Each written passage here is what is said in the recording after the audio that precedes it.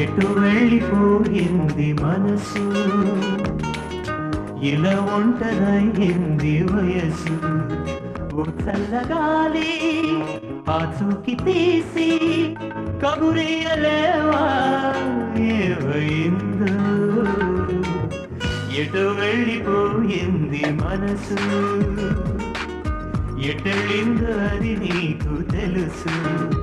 ఓ చల్లగాలి ఆచూకి తీసి కబురియలేవా ఏమైందో.